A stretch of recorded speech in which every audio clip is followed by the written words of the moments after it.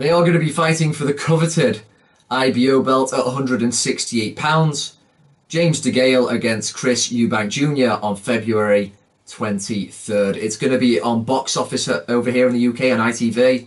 Absolute bollocks. No way is this worth paying for. Neither of them is a star. Neither of them is a champion. They've both had recent defeats, kind of showing that, they're definitely below the cream of the crop.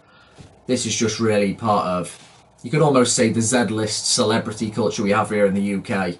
Like, just going, oh, their names are familiar, so buy into it. So no way.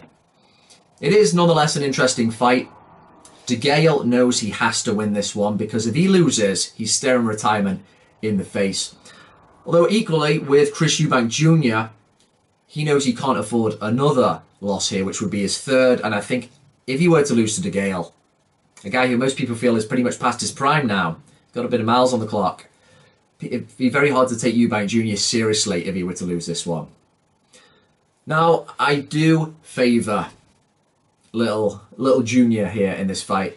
I think ultimately Degale's lack of a good jab and his willingness to get backed up and bullied on the ropes, which is something he's done even during, I guess, what people would consider his prime, sort of around 2015, say when he fought like Lucien Butte. Even that, it's a fight of two halves, and he often got backed up against the ropes, and he's quite hittable. He does nice things. He can flurry, he can throw in different shots, but he doesn't have that consistency to his boxing, and again, he's hittable.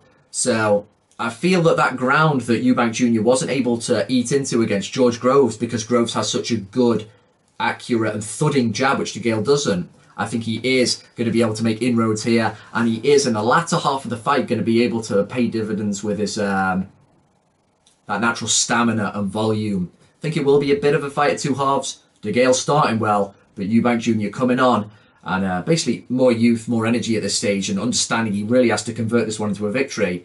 I see him winning. Apparently, congratulations to him, he actually has got his first ever full-time trainer now, Nate Vasquez, who's part of the Mayweather gym. So who knows, maybe he can iron some things out, basically equip him with the fundamentals of boxing, which he was so sorely lacking against George Groves. That can help. So he should definitely, he can't help really but have a positive effect, because Eubank Jr.'s corner before that was a complete mess. So I favour the youth and the desire of Eubank Jr. to take over in this 12-rounder, even though he admits he's not a real super middleweight, and to carry on. And then he said possibly even drop down to middleweight if an opportunity arises.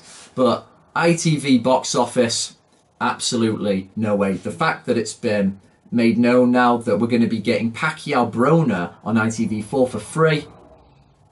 Box office for this, give me a break.